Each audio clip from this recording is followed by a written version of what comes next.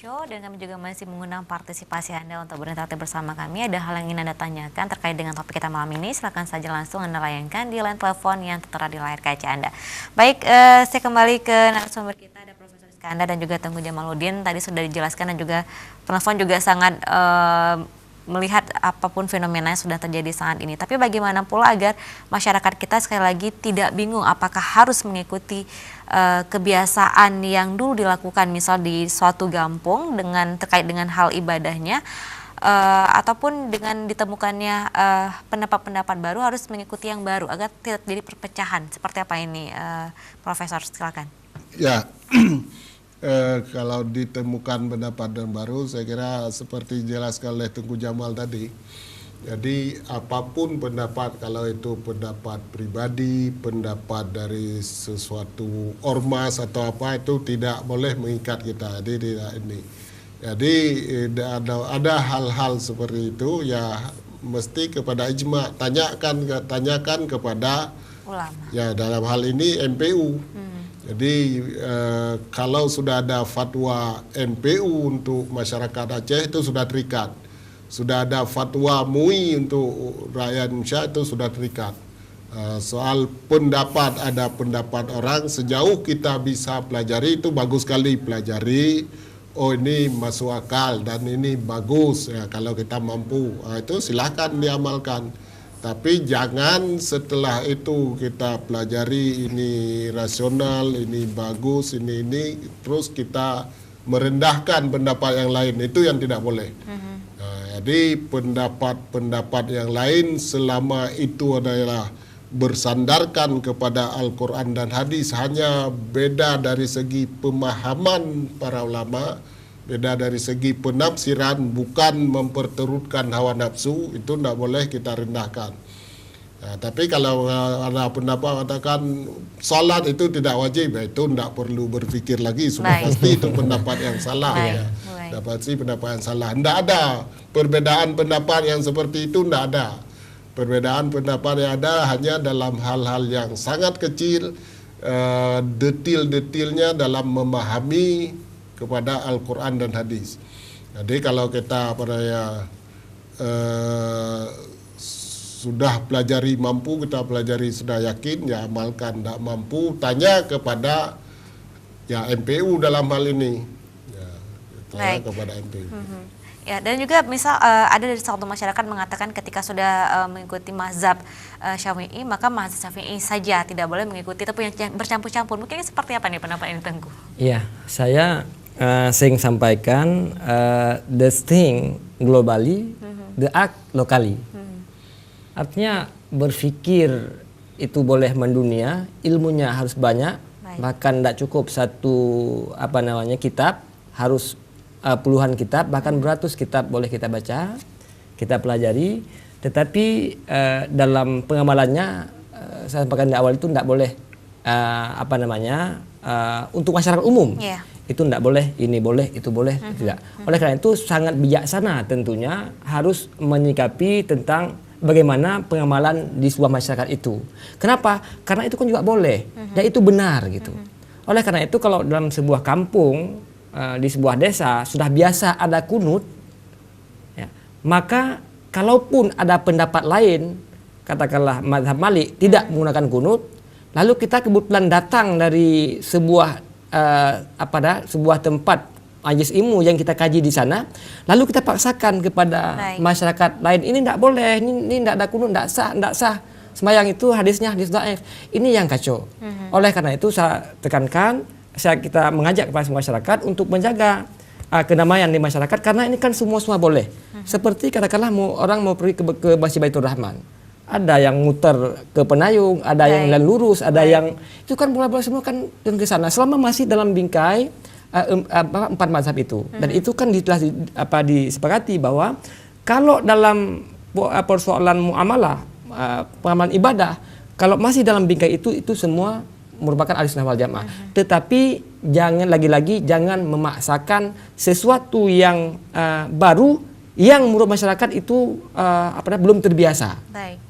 Ya, kalau memang di sebuah kampung yang lain tidak kunut, ada masyarakat lagi yang lain yang berkunut, jangan juga dipaksakan karena itu kan boleh-boleh saja, ya. Tetapi persoalan yang kita selama ini kan yang terjadi ini ketika memaksakan, yo ini yang pakai kunut ini bid'ah, hadisnya dhaif, dan disampaikan di media-media dakwah, kemudian di majelis taklim, ini kemudian yang marahlah orang lain yang menganggap itu kan sahih juga hadisnya. Baik. Ya, Imam Nawawi juga mensahihkan hadis hatta faraqal hayah itu di ujungnya, bahwa hadis riwayat oleh Hakim, ya, bahwa Nabi berkunut sampai sampai meninggal.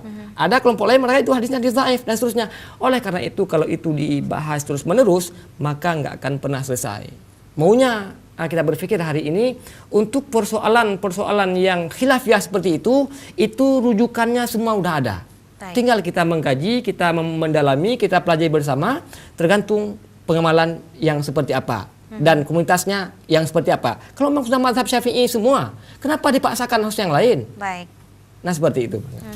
Nah, jika sudah terjadi pemaksaan pendapat ini, apa yang harus dilakukan oleh masyarakat lainnya? Apakah ini harus dilaporkan atau ini harus diselesaikan secara seperti apa ini? Apakah harus mungkin kembali ke mungkin meminta pendapat dari MPU bagaimana cara penyelesaian masalah seperti ini jika terjadinya sudah saling tarik-menarik, sudah saling pemaksaan tadi. Seperti apa ini, Prof? Ya, kalau sudah terjadi pemaksaan itu menyelesaikan harus dengan cara arif bijaksana, artinya local wisdom, bagaimana kearifan lokal itu yang harus diterapkan. Mungkin kalau menanyakan fatwa NPU mengenai hukum-hukumnya, ya. Tapi kalau menyelesaikan persoalan masyarakat ini kan bukan yang ke hukum. Kunut mau kunut silakan, tidak kunut silakan. Ada pendapat imam mazhab yang mengatakan kunut, ada imam mazhab yang mengatakan tidak kunut, dan itu ulama-ulama besar yang sudah sangat paham itu semua, ya. Nah, jadi kalau terjadi perselisihan pendapat, ada pemaksaan, ya itu barangkali yang paling arif diselesaikan secara bijaksana oleh orang tua kampung, oleh orang ya. Nah, jadi bahwa itu semua ada hukum. Kalau memang yang sudah jadi sebenarnya ya artinya harus dijelaskan itu, ya, perlu beri penjelasan bagaimana toleransi antara sesama imam mazhab itu sangat luar biasa, ya, sudah banyak dipraktekkan itu. Bagaimana misalnya antara di Indonesia juga antara Hamka dan tokoh NU dengan tokoh Muhammadiyah itu saling menghormati, ya, ketika misalnya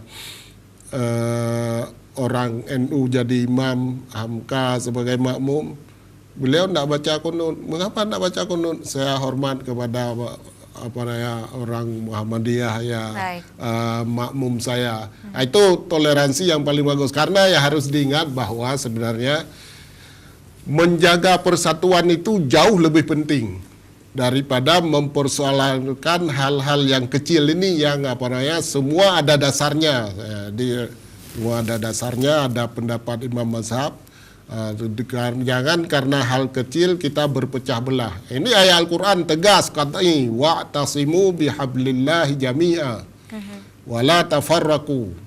Berpegang teguhlah pada agama Allah dan jangan kamu bercerai-berai. Jangan bercerai-berai.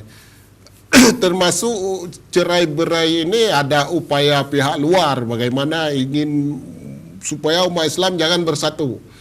Kalau umat Islam bersatu itu kekuatan yang sangat luar biasa, kan mayoritas Muslim, ya, di seluruh dunia. Tapi sekarang coba lihat kita bagaimana umat Islam diobrak-abrik di mana-mana, ya. Sehingga itulah harus kita sadarkan masyarakat, ya. Jadi mungkin perlu orang yang berwibawa, orang tua-tua menyadarkan masyarakat dan menjelaskan sejarah bagaimana toleransi di dalam Islam itu.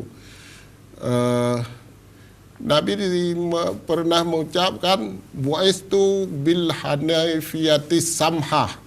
Aku diutus dengan agama yang lemah lembut, agama yang lurus dan penuh toleransi. Nabi penuh toleransi.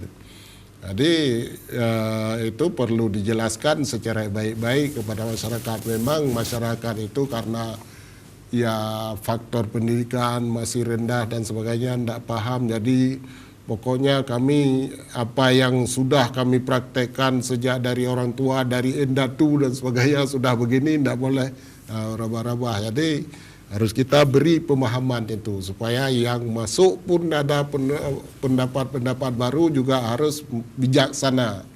Jadi harus bijaksana. Kan Allah mengatakan ud'u ila sabili rabbika bil hikmah, secara bijaksana, wal mau'izatil hasanah, beri pelajaran secara baik.